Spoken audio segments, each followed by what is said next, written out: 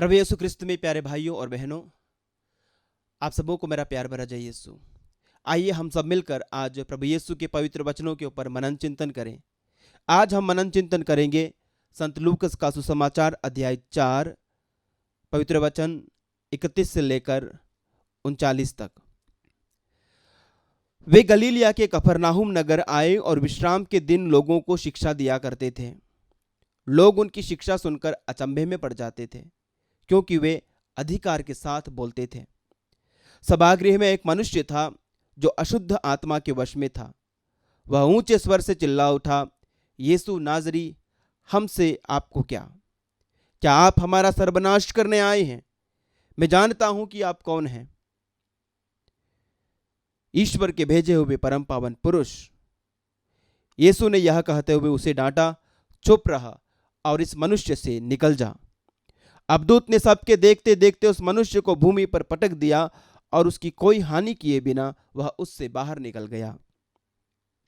सब विस्मित हो गए और आपस में कहते रहे, यह क्या बात है?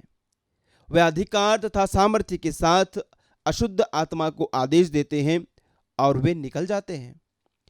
इसके बाद यीशु की चर्चा उस प्रदेश के कोने कोने में फैल गई। वे सभागृह से निकलकर सिमोन के घर गए। सिमोन की सास तेज बुखार में पड़ी हुई थी और लोगों ने उसके लिए उनसे प्रार्थना की। यीशु ने उसके पास जाकर बुखार को डांटा और बुखार जाता रहा। वह उसी क्षण उठकर उन लोगों की सेवा सत्कार में लग गई।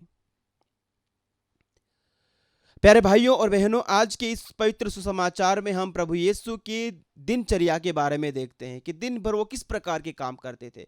सुबह सुबह वे उठकर जाते हैं कफरनाहुम के सभागृह में और वहां यहूदियों की जो प्रार्थना सभा, सुबह की प्रार्थना चल रही थी, उसमें भाग लेते हैं। और उसमें भाग लेते समय वे अपना रोल, अपना किरदार अदा करते हैं। वे उन्हें प्रभु के वचनों की व्याख्या करते हैं। वे उन्हें वहां पर प्रवचन देते हैं, शिक्षा देते हैं। शिक्षा देने के बाद वे एक व्यक्ति जो अबदूतग्रस्त था, जो अशुद्ध आत्मा के वश में था, उसे चंगाई प्रदान करते हैं। और उसके बाद कई अन्य लोगों को चंगा करते हैं। पेतरुस की सास के घर वे जाते हैं और उसे चंगा करते हैं। और फिर इसके आगे हम देख पढ़ते हैं कि जब शाम हो जाती है तो वे एकांत में प्रार्थना करने चले जाते हैं, अपने पिता से बातें करने चले जाते हैं, अपने पिता के साथ समय बिताने चले जाते हैं। तो ये उनकी दिनचर्या थी। प्यारे साथियों, हमने देखा कि आज के सुसमाचार में प्रभु कफरनाहुम के सभागृह में शिक्षा देते हैं। और कैसी शिक्षा? वहां पर लिखा है, वे अधिकार के साथ शिक्षा देते थे और लोग अचंभे में पड़ जाते थे।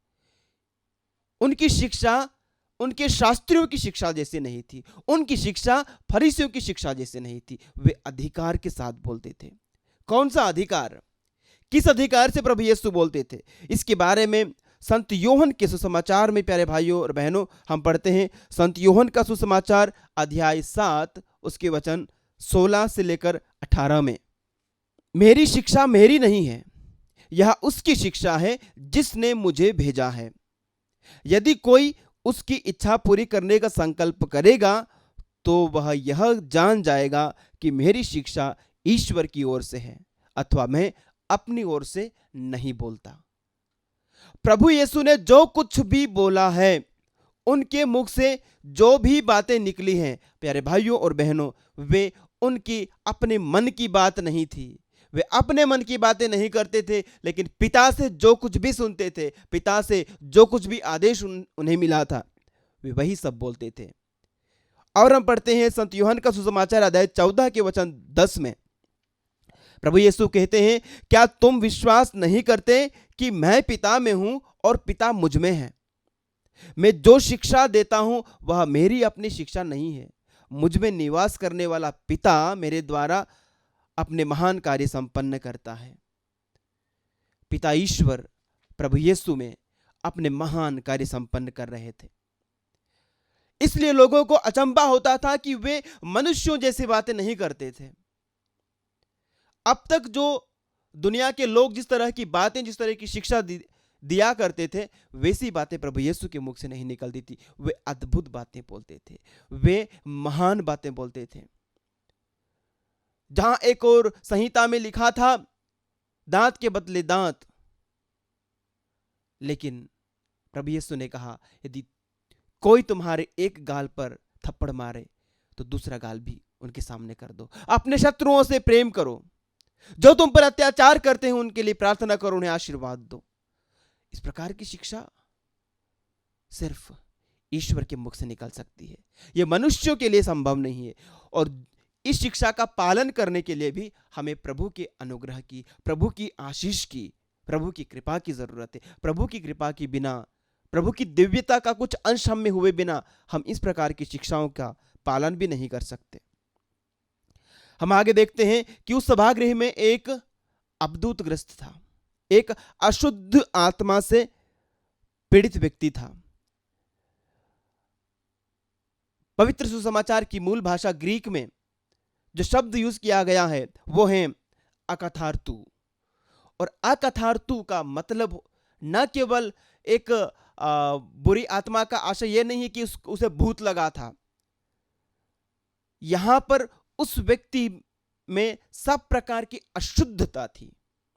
वो अशुद्ध था, नैतिक रूप से अशुद्ध था, वो धार्मिक रूप से अशुद्ध था, वो आत्मिक रूप से अशुद्ध था। तो पूरी तरह से एक अशुद्ध आदमी। और वो आदमी कहां पर था? प्रार्थना के बीच में,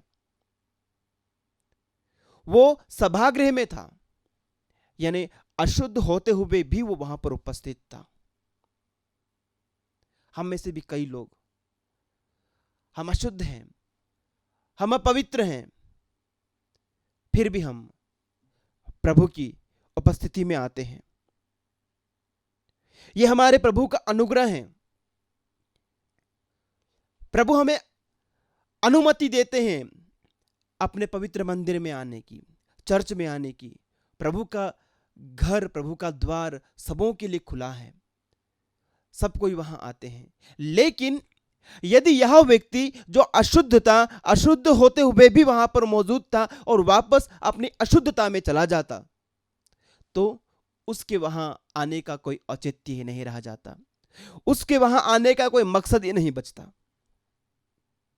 क्योंकि वो व्यक्ति वहां आता है और प्रभु उसे आजाद करता है, उसकी सब प्रकार की अशुद्धता को प्रभु दूर करता है, उसे शैतान की सब प्रकार के अशुद्धता से, शैतान के शिकंजे से प्रभु उसे छुड़ाता है और वो आजाद होकर जाता है। हम भी जब प्रभु की उपस्थिति में आते हैं तो हम जब वापस जाएं, आप यदि रविवारी मिसा में या कभी भी चर्च जाओ, किसी प्रार्थना सभा में जाओ, वापस वैसे ही लौट के जाओगे तो तुम्हारा वहां जाने का कोई मतलब नहीं। जब आप वहां जाते हैं तो बदल के वापस जाइए।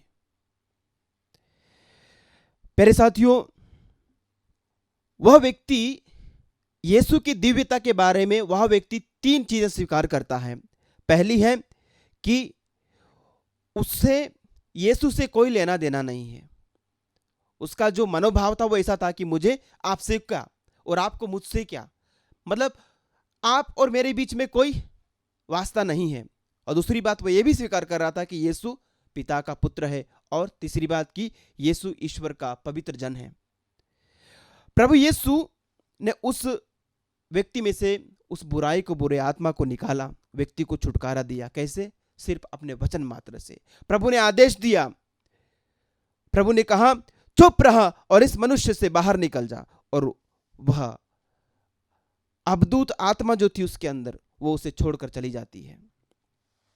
प्यारे साथियों, उसके बाद हम देखते हैं कि प्रभु अन्य लोगों को जो जरूरतमंद थे, जिन्हें चंगाई की जरूरत थी, उनके पास जाते हैं। प्रार्थना करने के बाद वो अपनी सेवकाई शुरू करते हैं, अपने सेवा के कार्य शुरू करते हैं, लोगों को चंगा करते हैं। और दिन भर लोगों को चंगा करने के बाद वे शाम को अपने पिता के पास चले जाते हैं, यानी अपने पिता की उपस्थिति में जाते हैं, प्रार्थना के लिए जाते हैं, प्रार्थना में समय बिताते हैं, पिता से पूछते हैं पिता मुझे क्या करना है, पिता की मर्जी जानते हैं। प्यारे साथियों, एक ख्रिस्ती की दिनचर्या भी ऐसी होनी चाहिए। प्रभु का ध्यान करके प्रार्थना के साथ, प्रभात वंदना के साथ दिन की शुरुआत करना, फिर बाकी सारे काम करना, शाम को फिर प्रभु के साथ जुड़ जाना। आइए हम प्रभु से प्रार्थना करें कि प्रभु हमें ऐसा अनुग्रह प्रदान करें कि हम सुबह से लेकर शाम तक उनसे जुड़े रहें, प्रभु यीशु के समान पिता की मर्जी को पूरा करें।